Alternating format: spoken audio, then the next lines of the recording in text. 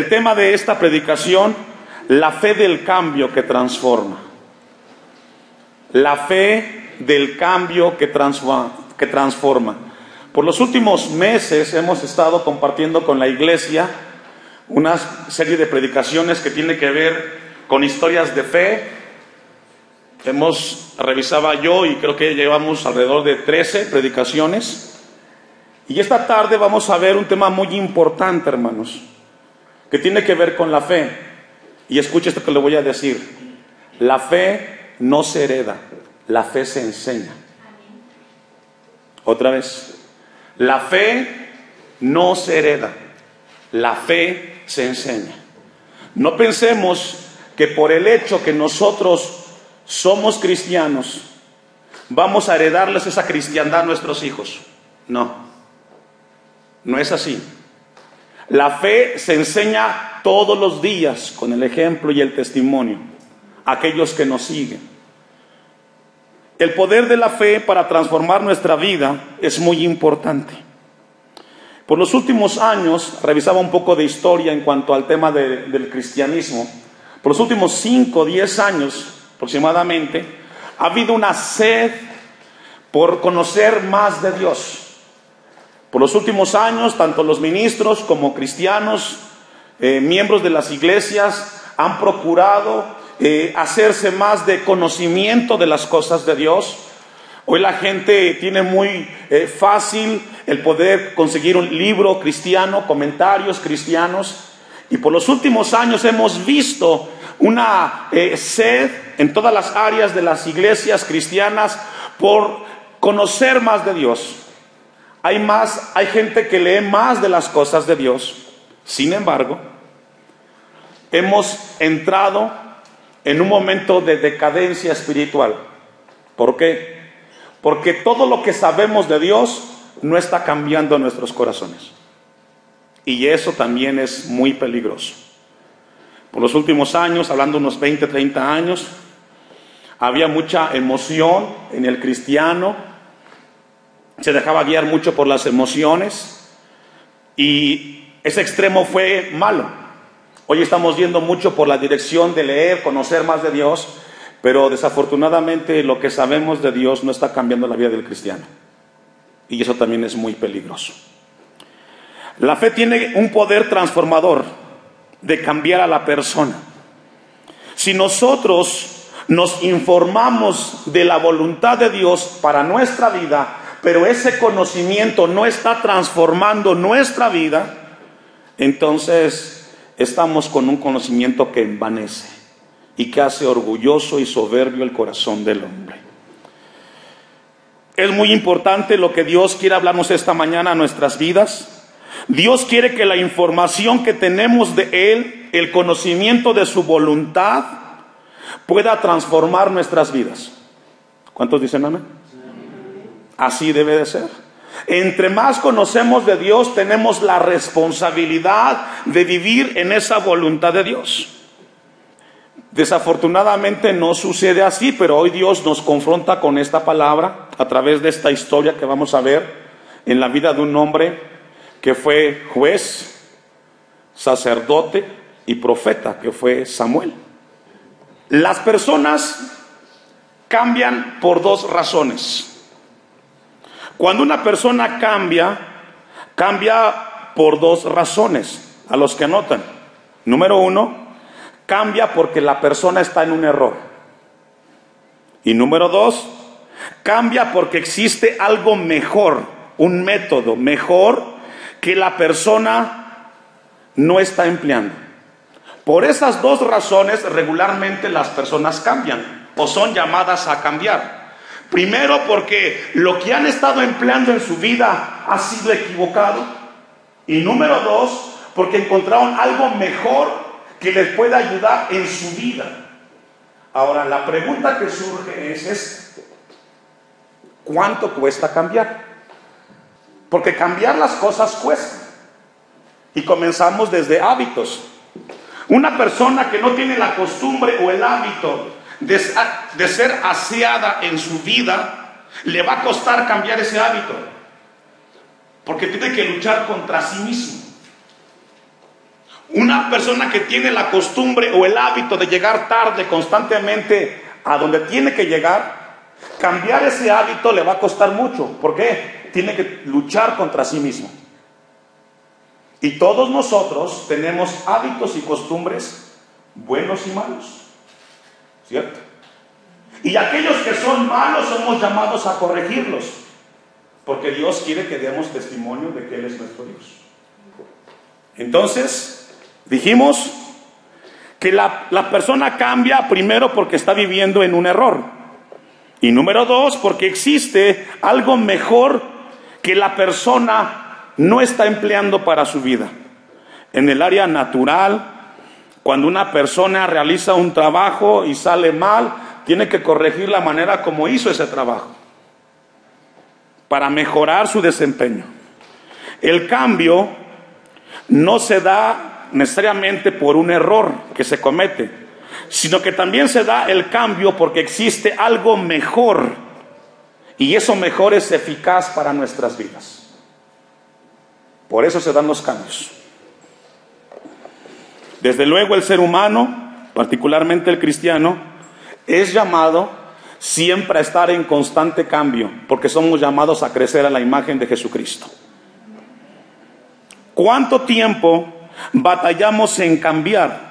Es una pregunta que le comparto a la iglesia. Primero, la primera pregunta, ¿qué tan difícil es cambiar? La segunda pregunta, ¿cuánto tiempo batallamos en cambiar? Damos un paso para adelante y retrocedemos 4. Si no logramos cambiar, escuche esto, si no logramos cambiar, es porque no aceptamos el error o que consideramos que la otra opción no es buena para nuestras vidas. Por eso no cambiamos. Y es aquí donde Dios nos habla esta mañana a nuestras vidas en el tiempo presente a través de su palabra. Los cristianos, mientras estamos en este cuerpo, por causa del pecado caído, constantemente pecamos y fallamos. Todos en este lugar nos equivocamos. Nadie es exento de fallar. El asunto es de que Dios nos llama a crecer. Tenemos la necesidad de cambiar, pero el cambio debe de ser para algo mejor. Es menester que este cambio de transformación en la vida cristiana pueda ser resultado de la fe que hemos abrazado en Cristo Jesús. La fe viene por el oír, y por el oír la palabra de Dios. Y es ahí donde la fe, la confianza en las promesas de Dios, aferrándonos a ellas, puede cambiar nuestras vidas. La fe, constantemente yo comparto esto con la iglesia, la fe no es un título que nos colgamos en el cuello y que nos dice que pertenecemos a cierto lugar. La fe es un carácter que evidencia la grandeza de un Dios vivo, que puede transformar la vida de aquellos que le entregan sus corazones en Cristo Jesús. Amén. La fe no solo nos da el poder para cambiar, sino que la fe hace evidente nuestros errores. Una vez más, la fe no solo nos da el poder para cambiar, sino que la fe hace evidente nuestros errores. Es así como la fe nos lleva a la aceptación de una necesidad de cambio constante en nuestras vidas. Cuando nosotros abrazamos las promesas de Dios, confiamos en la voluntad de Dios, vamos a reconocer que quizás hemos fallado y que hay algo mejor en Dios para nosotros. Y podemos hablar desde tomar decisiones,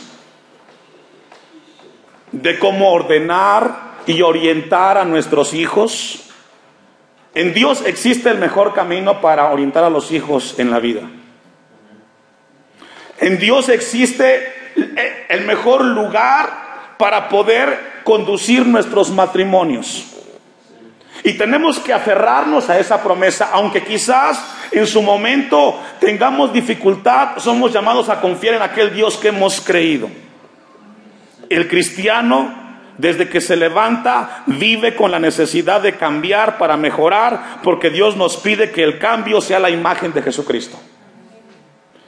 Jueces 21-25 Dejo un apartado ahí en Samuel. Estamos con una introducción, no hemos todavía abordado el pasaje.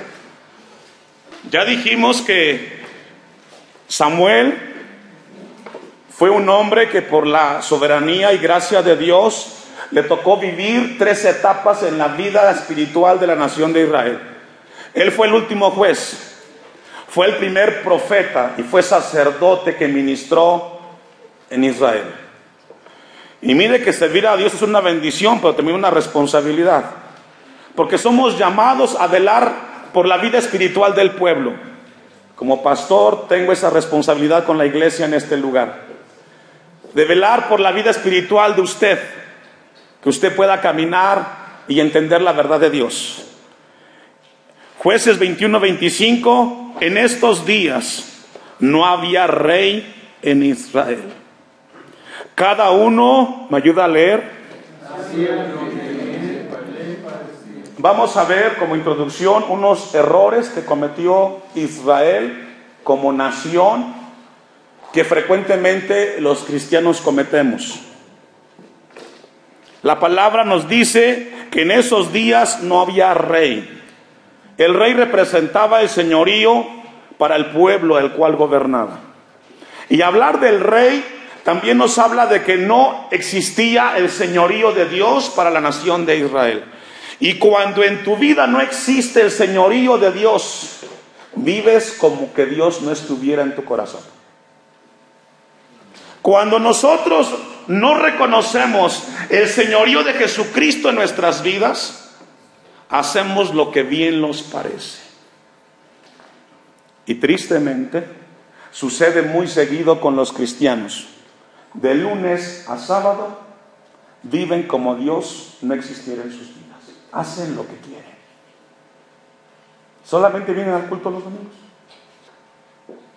No reconocer a Jesucristo en nuestra vida todos los días nos lleva a vivir una vida como que Dios no existiera. Me levanto en la mañana y no me importa orar. Me voy a trabajar y voy a hacer lo que a mí me parezca y como a mí me convenga.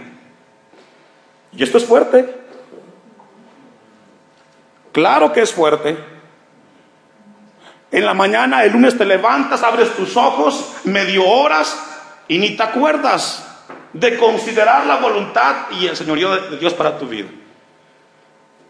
Como pastor regularmente me toca vivir esto. Cuando de repente me acerco a algún hermano de la iglesia y le digo, hermano, ¿me puede apoyar en esto? Y veo cómo el hermano batalla en su mente y diciendo, es que el lunes tengo que trabajar, el martes tengo que hacer esto y esto. Y tal pareciera que de lunes a sábado agendamos las actividades de acuerdo a las prioridades. ¿Y sabe qué? Tristemente, el último lugar lo ocupa Dios. Primero tu trabajo, tu salud, tu negocio, tus actividades. Tienes tiempo para todo menos para Dios, el que te da la vida y el que te da salvación. Así estamos hoy. Y es ahí donde Dios quiere que reflexionemos. Estamos viviendo como que Dios no existe en nuestras vidas. Así estaba Israel en ese momento. Y su primer error que cometió Israel es vivir una vida como si Dios no existiera, haciendo lo que bien le parecía. Si no reconocemos eso en nuestras vidas, viviremos siempre en ese error. Dios no es un Dios del domingo. Dios es un Dios todos los días en nuestras vidas. Todos los días Dios nos bendice, todos los días Dios nos cuida. Somos llamados a honrar su nombre con nuestras vidas. Y no espere que lo haga la gente de afuera. Somos llamados, lo que conocemos a Dios en Cristo Jesús.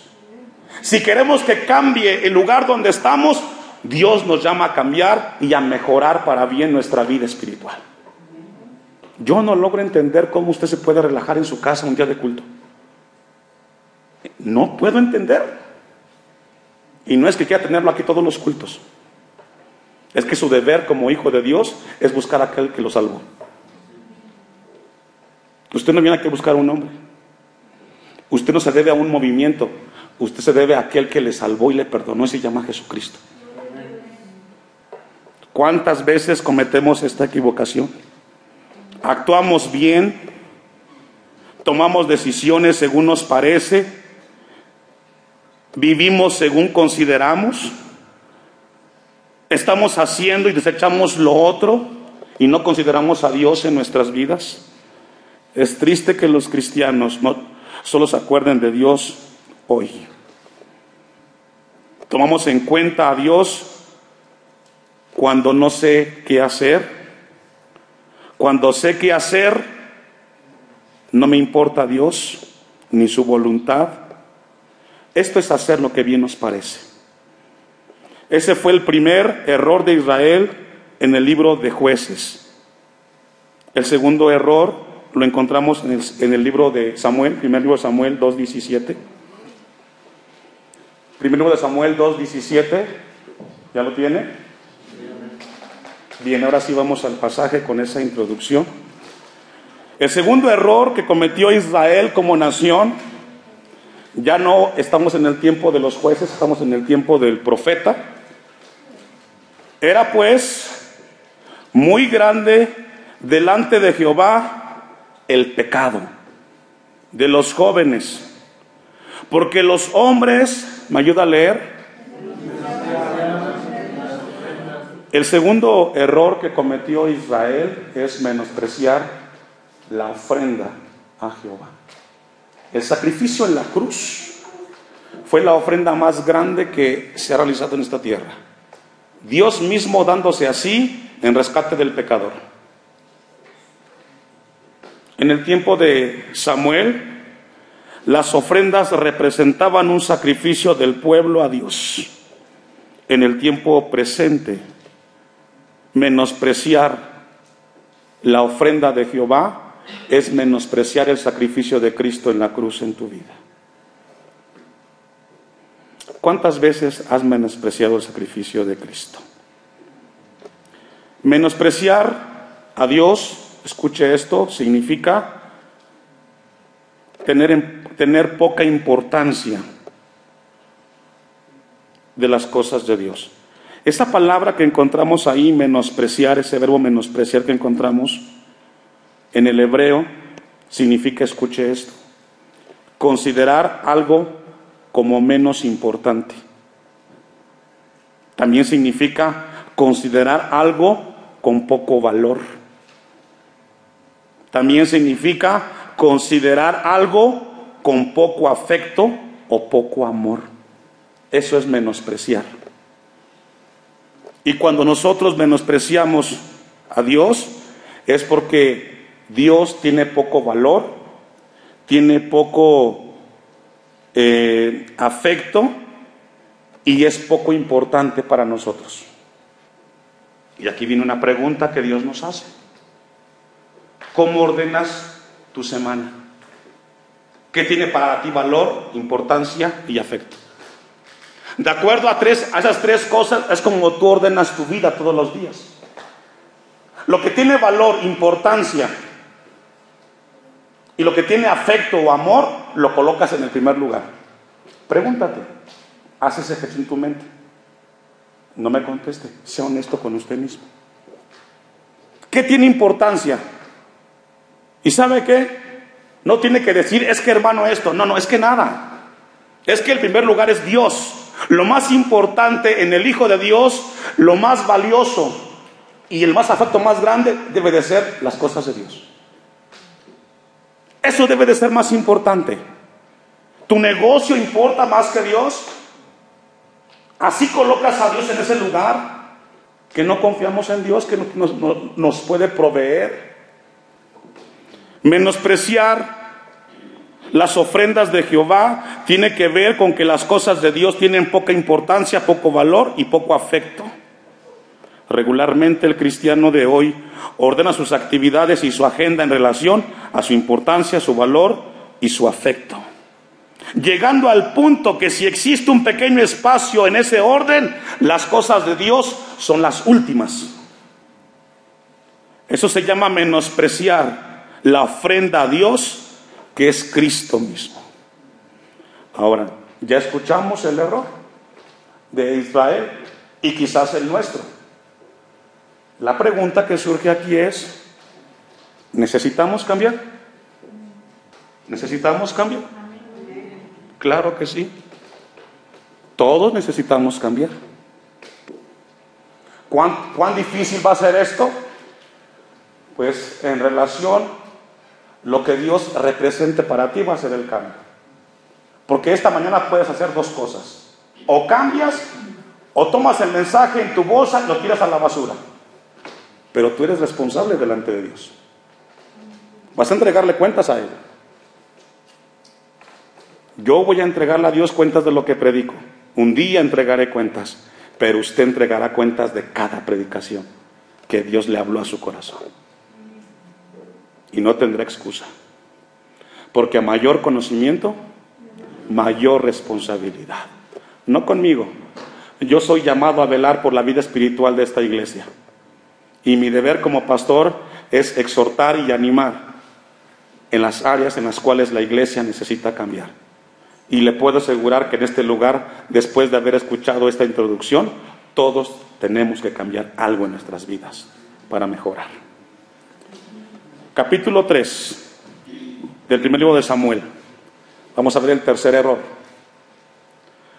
Primer libro de Samuel, capítulo 3, versículo 1. Y este error que encontramos aquí es doble.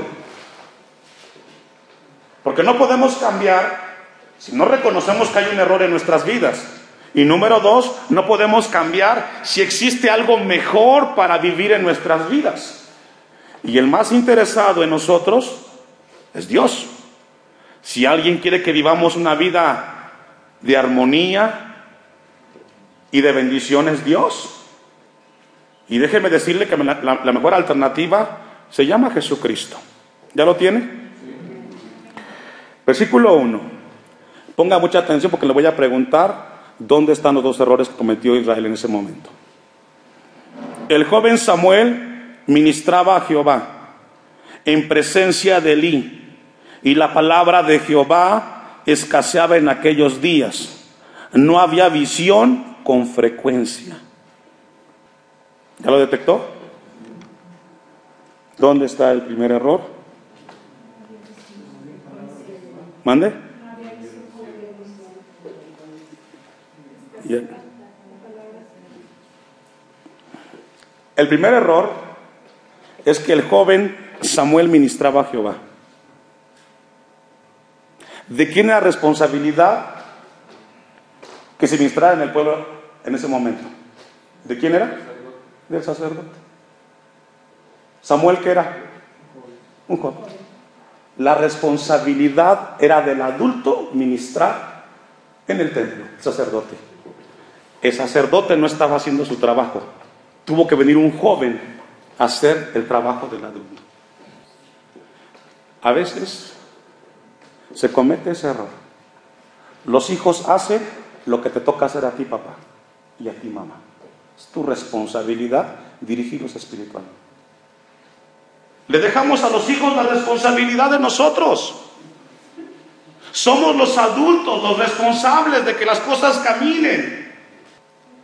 Y quizás puedes decir, no lo sabía. Bueno, ya lo sabes hoy. Samuel tenía que hacer el trabajo de Elí. Samuel era un joven de 17 años.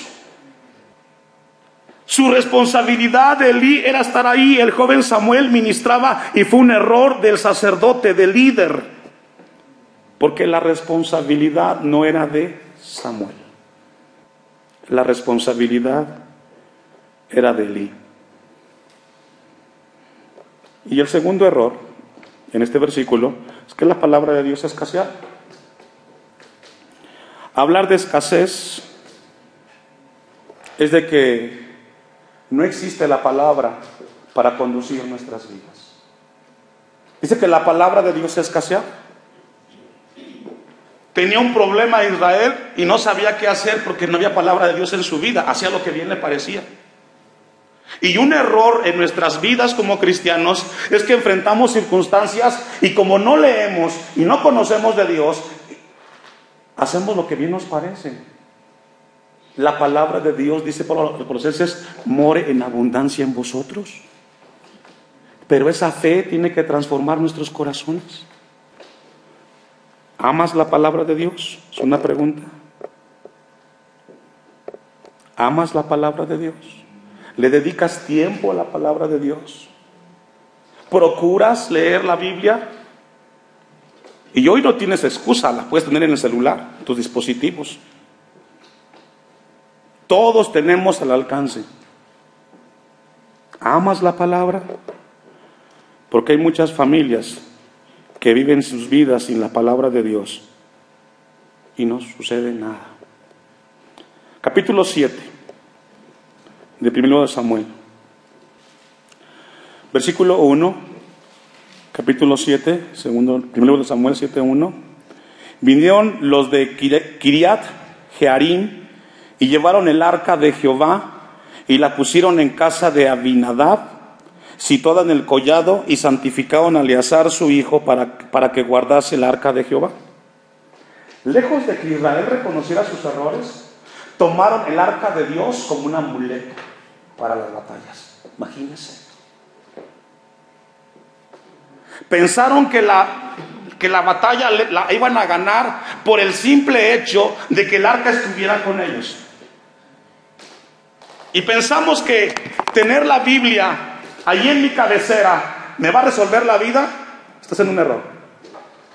Si no la pones en práctica, la palabra de Dios, vas a seguir perdiendo batallas en tu vida. Por el simple hecho de traer una Biblia en el carro no te resuelve la vida, iglesia. Si esto no está en tu vida, en tus decisiones, en tu caminar, en tu andar, perderás batallas. Si la Biblia no está en nuestro corazón y se pone en práctica, seguirás perdiendo batallas en tu vida. Versículo 2. Desde el día que llegó el arca a Kiriat Jearim, pasaron días, muchos días. ¿Cuántos días? 20 años. Y toda la casa de Israel lamentaba en pos de Jehová. ¿Sabe qué dice este versículo? Esperaban que el arca hiciera el trabajo de ganar las batallas. Es como la gente de hoy espera. Trae la Biblia y espera que la Biblia 20 años te resuelva la vida. La Biblia no te la va a resolver si no la pones en práctica en tu vida. Israel pasó 20 años. ¿Cuántos años llevas tú? Esperando que tu vida cambie, que tu vida mejore. No te lo va a resolver si tienes solamente la Biblia en tu vida. Tienes que ponerla en práctica. ¿Nos parecemos a Israel? Nos damos cuenta del error que hacemos. Hemos abandonado la palabra de Dios en nuestras vidas. En lugar de cambiar, nos lamentamos del error. Nos quejamos de la condición, de cómo vivimos, por los errores que cometemos, pero no cambiamos. ¿Cuánto tiempo más quieres pasar? ¿Cuánto tiempo más? Segunda pregunta. ¿Qué estás haciendo para cambiar en tu vida los errores? Porque si sabemos ahora que estamos cometiendo errores, ¿qué estamos haciendo? ¿O qué vamos a hacer? La palabra está ahí. Dios nos está hablando. Somos llamados nosotros a hacerlo. ¿Qué estamos haciendo? ¿Estamos doblando rodillas? ¿Estamos tomando en serio nuestro error? ¿Vamos a considerar con seriedad lo que Dios nos está hablando? Porque esto es serio, hermanos. Si de esta manera no cambiamos, entonces ¿qué va a pasar? Lucas 23:44. Lucas 23:44.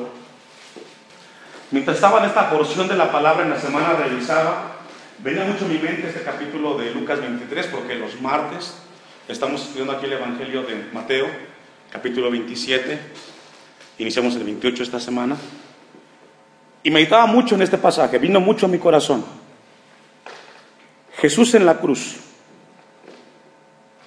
después de ser latigado, golpeado, los soldados romanos, el centurión estaba ahí, él estaba en la cruz. Mucha gente, dice Josefo, que eran casi 2.5 millones de judíos en ese momento en Jerusalén. Jesús en la cruz, la gente viendo el espectáculo de cómo estaba siendo crucificado Jesucristo. Ese es el contexto que vamos a leer. Versículo 44, cuando era la hora sexta, hubo tinieblas sobre toda la tierra hasta la hora novena, que son las 3 y 6 de la tarde.